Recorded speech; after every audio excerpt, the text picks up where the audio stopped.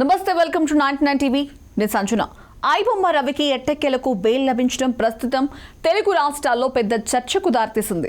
Cinema piracy కేసులో గత ఏడాది నవంబర్ నెలలో అరెస్టైన ఐబొమ్మ రవి అలియాస్ ఇమ్మడి రవికి నాంపల్లి కోర్టు షరతులతో కూడిన బెయిల్ మంజూరు చేసింది.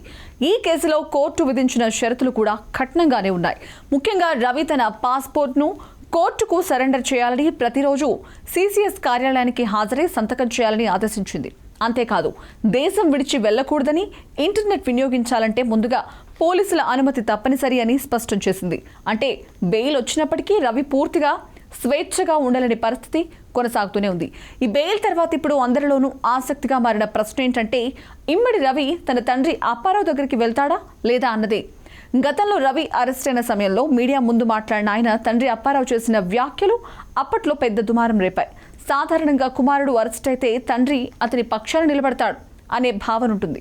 కానీ అప్పారావు మాత్రం పూర్తిగా భిన్నంగా స్పందించారు. రవి నేరం చేయలేదని నేను చెప్పను, పరిణామాలు చూసి నేరం చేసినట్లు అంగీకరించాల్సిందే.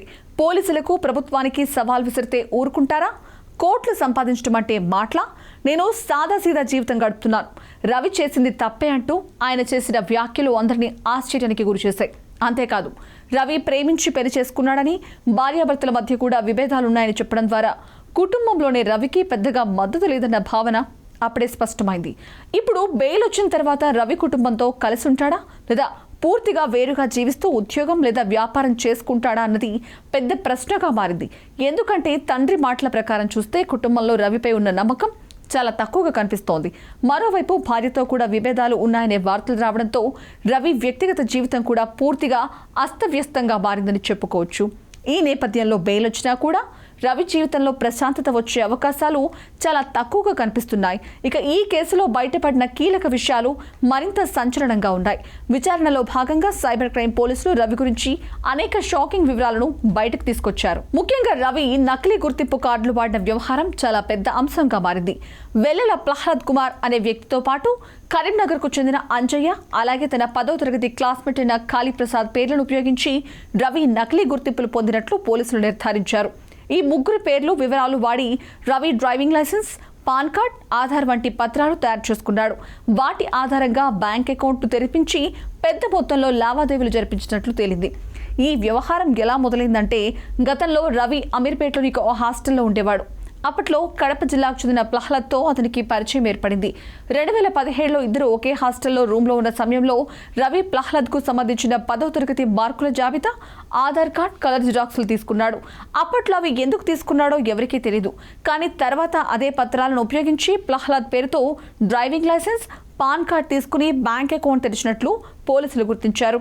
అలాగే అంజయ్య, కాళీప్రసాద్ పేర్లతో కూడా ఇలానే నకిలీ పత్రాలు తయారు చేసి అనేక అకౌంట్లు నిర్వహించాడు. ఈ నకిలీ గుర్తింపుల వెనుక అసలు ఉద్దేశం ఏంటంటే, రవి నిర్వహించిన వెబ్సైట్ల కార్యకలాపాలే. మొదట Ravi hospitals in, suppliers in అనే వెబ్సైట్లు ఏర్పాటు చేశాడు. ఈ వెబ్సైట్ల కోసం అవసరమైన డొమైన్లు కొనుగోలు చేయడంలో కూడా నకిలీ గుర్తింపులని ఉపయోగించాడు. అయితే ఈ 2 వెబ్సైట్లు పెద్దగా విజయం సాధించలేదు. ఆ తర్వాతే రవి ఐబొమ్మ అనే వెబ్సైట్ను ఏర్పాటు చేశాడు. ఇదే అతన్ని కోటీశ్వరుడిగా మార్చిన ప్రధాన కారణమైంది. ఐబొమ్మ వెబ్సైట్ ద్వారా రవి చేసిన లావాదేవీలు ఇప్పుడు పోలీసుల దర్యాప్తుల్లో బయటపడుతున్నాయి. ఇప్పటి వరకు రవి బ్యాంక్ అకౌంట్ల ద్వారా జరిగిన లావాదేవీలో సుమారు 13 కోట్ల రూపాయలు గుర్తించారు.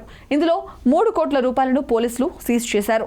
మిగిలిన 10 కోట్ల రూపాయలను రవి విదేశాల్లో జలసాలకు, విలాసవంతమైన జీవనశైలికి, అలాగే ఆస్తుల కొనుగోలుకు ఖర్చు చేసినట్లు తేలింది. అంటే సాధారణంగా కనిపించే ఒక యువకుడు వెబ్సైట్ పేరుతో కోట్ల రూపాయలు సంపాదించి విలాస జీవితాన్ని గడిపినట్లు ఈ కేసు ద్వారా స్పష్టమవుతోంది. ఈ మొత్తం వ్యవహారాన్ని చూస్తే ఇది కేవలం ఒక సినిమా పైరసీ కేసుగా మాత్రమే కాకుండా పెద్ద స్థాయి ఆర్థిక నేరంగా కూడా మారింది.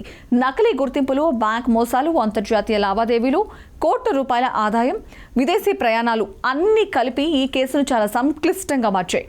అందుకే పోలీసులు కూడా ఈ కేసును చాలా సీరియస్గా తీసుకుని ప్రతి కోణంలో దర్యాప్తు కొనసాగిస్తున్నారు.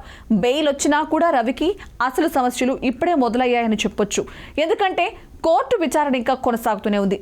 పైగా నకిలీ గుర్తింపుల వ్యవహారంలో మరిన్ని పేర్లు బయటపడే అవకాశం ఉందని పోలీసులు చెబుతున్నారు.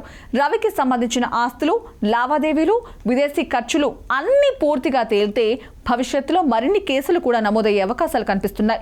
మొత్తానికి ఐబొమ్మ రవి కదా, ఒక సాధారణ యువకుడు ఎలా కోట్ల రూపాయలు సంపాదించాడు, ఆ సంపాదన వెనుక ఎలాంటి అక్రమ మార్గాలున్నాయి, ఆ అక్రమాలు చివరికి అతన్ని ఎలా జైలుకు చేర్చాయనే దానికి ప్రత్యక్ష ఉదాహరణగా నిలుస్తోంది. బెయిల్ వచ్చినప్పటికీ రవికి ఇది విముక్తి కాదు. ఇది కేవలం ఒక తాత్కాలిక విరామం మాత్రమే. నిజమైన తీర్పు వచ్చే వరకు అతడి జీవితం ప్రశ్నార్థకంగానే కొనసాగనుంది. కుటుంబం దూరం, సమాజంలో అపఖ్యాతి, న్యాయస్థానాల ముందు విచారణలు అన్నీ కలిసి ఐబొమ్మ రవి భవిష్యత్ ఎలా ఉంటుందన్నది కూడా ఇప్పటికీ ఎవరికి అర్థం కాని ప్రశ్నగానే మిగిలిపోయింది.